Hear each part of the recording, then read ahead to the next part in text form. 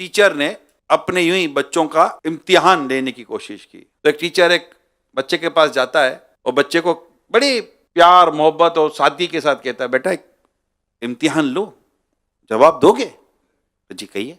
तो बेटा मैं तुम्हें एक सेब दूं, फिर मैं आपको दूसरा सेब दूं, फिर मैं आपको एक और सेब दूं, तो आपके पास टोटल कितने सेब होंगे?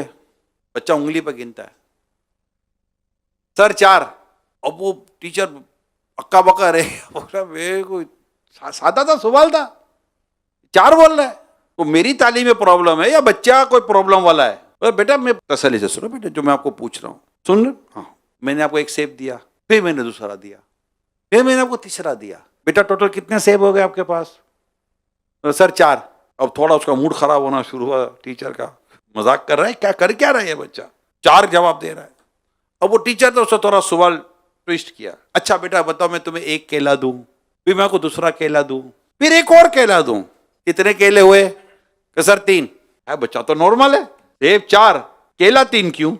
उसने फिर सेब का सवाल किया, अच्छा बेटा बताओ। अब उसको यह कि चलो उसकी मेमोरी सही हो गई होगी केले का नाम सुनकर। अब सेब लाया दोबारा, बेटा ये एक सेब, अब मैं एक और सेब दूं, फिर मैं एक और सेब दूं आपको, तो अब कितने सेब हुए? सर 4। तो बेटा 4 सेब कहां से हुए पहले मेरे को ये बता। वो थोड़ा बच्चा तो थोड़ा सहमा, सर 4 हुए ना। तो बेटे कहां 4 हुए? मैंने तो को 3 दिए। मैंने कहा सर आपने मैंने आपको 3 दिए, आपके पास 4 कहां से हो गए? तो बच्चा कहने लगा सर आप 3 आप दोगे, एक मेरे बैग में रखा हुआ है, तो मेरे बैग में जो सेब है वो भी 4 हो गए ना। अब बच्चा बच्चा था, बच्चा अपनी सोच पर सोच रहा था, सर अपनी सोच पे सोच रहा था। बच्चा ना बच्चा गलत ना सर गलत, दोनों में से कोई गलत नहीं। तो ये जरूरी तो नहीं है ना कि गलत हो सकता है उसकी अंडरस्टैंडिंग भी सही थी, आपकी अंडरस्टैंडिंग भी सही थी। तो किसी के बारे में आप फैसला कैसे कर सकते हैं कि ये गलत है? हो सकता है गलत ना हो। अब आपको कैसे पता चले गलत नहीं है? बैठकर बात करो। जब उसको पूछा गया बेटा 4 कैसे, तब उसे बता रहा 4 ऐसे।